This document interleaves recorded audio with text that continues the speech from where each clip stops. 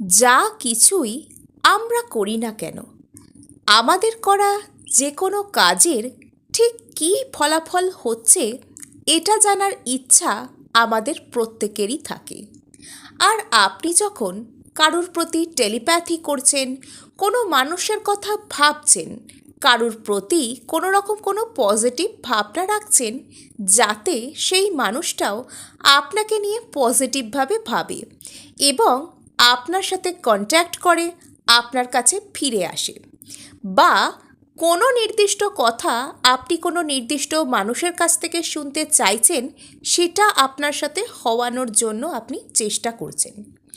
এবার এটা তো এরকম কোনো বিষয় নয় যে আপনি কাউকে কোনো কিছু বলার চেষ্টা করলেন, কাউকে কোনো কিছু গিয়ে বলছেন, সে তাৎক্ষণিক কোনো উত্তর দিয়ে দিচ্ছে আর আপনি সেটা শুনে নিচ্ছেন, বুঝে নিচ্ছেন। এখানে ঠিক বিষয়টা এরকম হয় না। অনেক ক্ষেত্রে এখানেও তাৎক্ষণিক উত্তর পাওয়া যায়। কাউকে আপনি কোনো রকম কোনো মেন্টাল মেসেজ, আপনার কোনো ভাবনা বা লাভ ভাইব্রেশন আপনি পাঠাচ্ছেন, আর তাৎক্ষণিকভাবেই তার কাছ থেকে কল এসে যাচ্ছে, মেসেজ এসে যাচ্ছে। যখন আপনাদের মধ্যে সেরকম কোনো রেজিস্ট্যান্স নেই এবং আপনি ফুল কনফিডেন্সের সাথে একদম কোনো রকম কোনো বাধা ছাড়া একদম পাঠানোর পরেই সাথে সাথে লেটকো করে দিতে পারছেন কোনো রকম ডেসপারেশন ছাড়াই, তখন আপনার কাছে অপর মানুষটার কল বা মেসেজ সাথে সাথেই এসে যাচ্ছে। আর যখন অপর দিক থেকে কোনো রকম কোনো ব্লকেজেস নেই, কোনো রকম কোনো রেজিস্ট্যান্স নেই, বা কোনো অসুবিধা যেখানে নেই, সেখানে এই কাজটা অনেক তাড়াতাড়ি হয়ে যায়।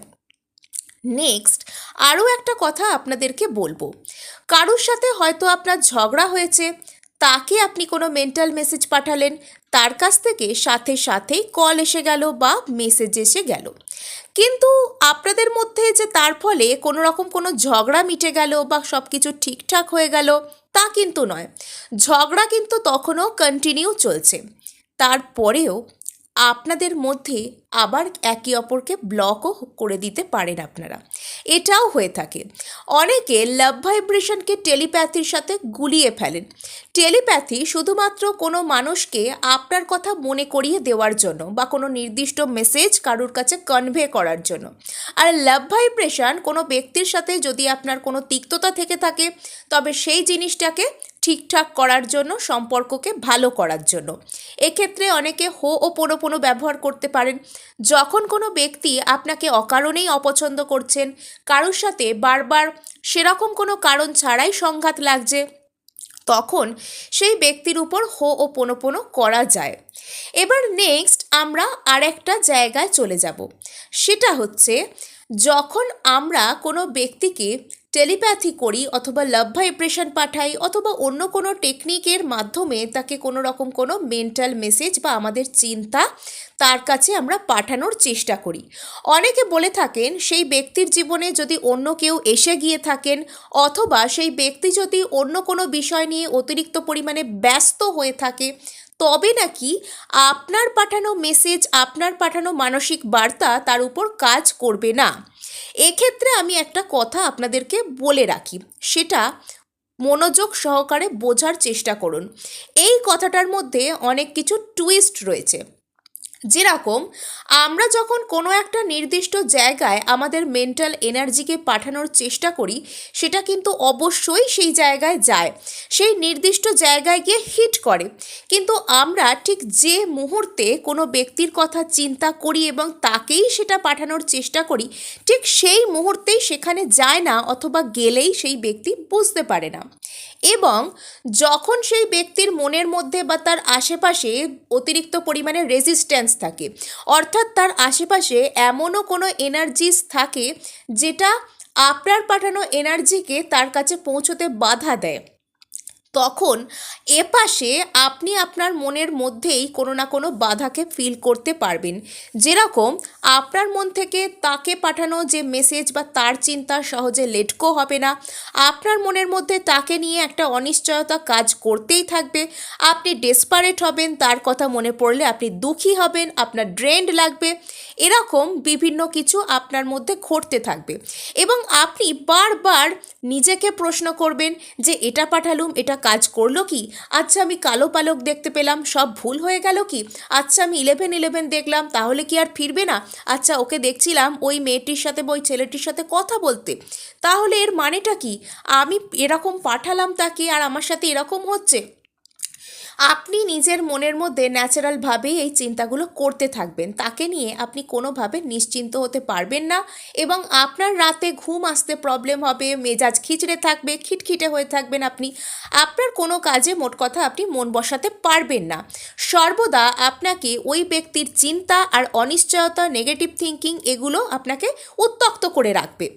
আপনার মন থেকে মোট কথা বিষয়গুলো একদম যেতেই চাইবে না, কেননা ওদিক থেকে রেজিস্ট্যান্স রয়েছে, ওদিক থেকে এনার্জির মধ্যে ব্লকেজেস রয়েছে, তাই আপনার মধ্যে এই সমস্ত জিনিসগুলো রেস্ট্রিক্টেড হয়ে যাচ্ছে, আপনার মধ্যেই এগুলো সীমাবদ্ধ থাকছে। নেক্সট আমি চলে আসি, যখন কোনো ব্যক্তির আশেপাশে কোনো রকম কোনো এনার্জিস থাকে এবং আপনি যখন তাকে আর কি পাঠাতে থাকেন নিজের দিক থেকে এনার্জি, এখানে ওই ব্যক্তির আশেপাশে কোনো এনার্জি থাকা ইন দ্য সেন্স সে যখন আপনাকে ছাড়া অন্য কারোর প্রতি ইন্টারেস্টেড থাকে, সে যখন আপনাকে ছাড়াও অন্য কারোর সঙ্গে ব্যস্ত থাকে, এটা সবসময় যে কোনো রোম্যান্টিক সম্পর্ক তাই নয়, তার পারিবারিক কোনো সম্পর্ক হতে পারে, তার ব্যক্তিগত জীবনে কোনো ঝামেলা চলতে পারে, তার অফিসের কাজে সে ব্যস্ত থাকতে পারে, তার কেরিয়ার গ্রোথ সম্পর্কেও সে অতিরিক্ত পরিমাণে ভাবিত হতে পারে। এই বিষয়গুলো পার্টিকুলার এনার্জি হতে পারে যেটা আপনাকে আপনার এনার্জিকে তার কাছে পৌঁছতে বাধা দিচ্ছে। এবং আপনার পাঠানো এই এনার্জি, এই আমরা যে কোনো এনার্জি যখন যে কারোর প্রতি পাঠাই তখন সেই এনার্জি কিন্তু কখনো বেকার যায় না, বা আমাদের মন কিন্তু কখনো ফাঁকা অবস্থায় থাকে না।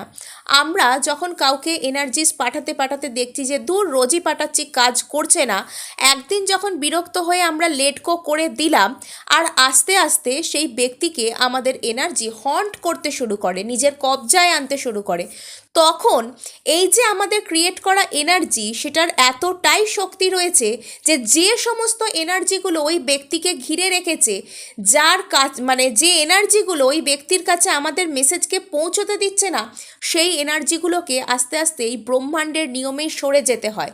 আমরা যখন কোনো এনার্জিকে নিজেদের মধ্যে জেনারেট করতে পেরেছি, তার মানে এই মাল্টিভার্সেরই কোথাও সেই কাজটা অলরেডি হয়ে গেছে।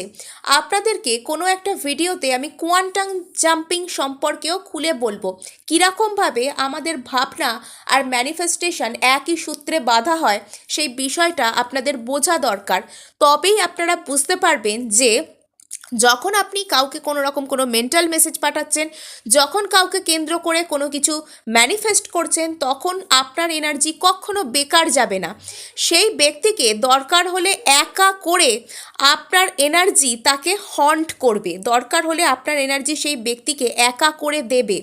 এবং যখন সেই ব্যক্তির হার্ট চক্রে কোনো রকম কোনো ব্লকেজেস থাকবে, সে যখন একেবারে অ্যাডামান্ট হবে, একেবারে রিজিড হবে, আপনার এনার্জিকে সব দিক থেকে রেজিস্ট করতে চাইবে, বুঝেও বুঝতে চাইবে না, আনাড়ি টাইপের হবে, তখন কিন্তু তার অন্য দিক থেকে কোনো রকম কোনো ক্ষতি হওয়া, কোনো হেলথ ইস্যুস হওয়া, মনের ওপর একাধিক প্রেশার ক্রিয়েট হওয়া, লাইফে অন্যান্য ক্ষেত্রগুলোতে কোনো গোলমাল তৈরি হওয়া, এগুলো কিন্তু হতে থাকবে। তাই আমাদের সর্বদাই উচিত আমাদের অবচেতন মনের কথা শুনে চলা। নেক্সট, অনেকেই এটা বলতে থাকে যে যাকে আমি মেন্টাল মেসেজ পাঠাচ্ছি সে তো আমাকে ব্লক করে দিচ্ছে, আমি তাহলে করবোটা কি? তাহলে আপনাকে জানাই কনগ্র্যাচুলেশন ব্লক হওয়ার জন্য। ব্লক আমরা কাকে করি? এখানে আমরা সেই কেউ কোনো কাস্টমার সার্ভিসের কিছু থেকে আমাদেরকে কল করে যাচ্ছে, আমরা বিরক্ত হচ্ছি, আমরা সেই ব্লকিংয়ের কথা বলছি না। আমাদের কারোর সাথে কোনো সম্পর্ক রয়েছে, এককালে ভালো সম্পর্ক ছিল, তাকে আমরা ব্লক করি কেন? কেননা সেই ব্যক্তির যে এনার্জি আমাদের কাছে এত পরিমাণে আসছে, আমরা তাকে, তার কথা এত পরিমাণে মনে আসছে, তার এনার্জি এত পরিমাণে আমাকে অধিকার করতে চাইছে যে আমরা তাকে ব্লক করে দিচ্ছি। যদি এই ব্লক আনব্লকের খেলা আপনাদের মধ্যে চলে থাকে, তাহলে জানবেন সেই ব্যক্তি আপনাকে অত্যন্ত পরিমাণে চায় এবং আপনাকে রেজিস্ট করতে পারে না। আপনাকে তো পুরোপুরি সামনে এসে গ্রহণ করতে পারছে না, আপনাকে রেজিস্টও করতে পারছে না। এবং এখানে নিজের মনকে শক্ত রাখুন, জয় কিন্তু আপনারই হবে। আপনি ভাবতে পেরেছেন মানে এই মহাবিশ্বের মধ্যে, এই মাল্টিভার্সের মধ্যে কোথাও এই জিনিসটা আপনার সাথে সংঘটিত হয়েছে। আপনি এই ভাবনায় স্থির থাকুন, নেগেটিভ ভাবনায় ভাবিত হবেন না, নেগেটিভ ভাবনাকে আপনার উপর রাজত্ব করতে দেবেন না। স্থির থাকুন, ঈশ্বর বিশ্বাস রাখুন, আর কি করুন, প্রার্থনা ডেলি করুন, নিজেকে খুশি রাখার চেষ্টা করুন, জয় আপনার হবেই। তো আজকে এটুকুই, দেখা হচ্ছে নেক্সট ভিডিওয়। ধন্যবাদ।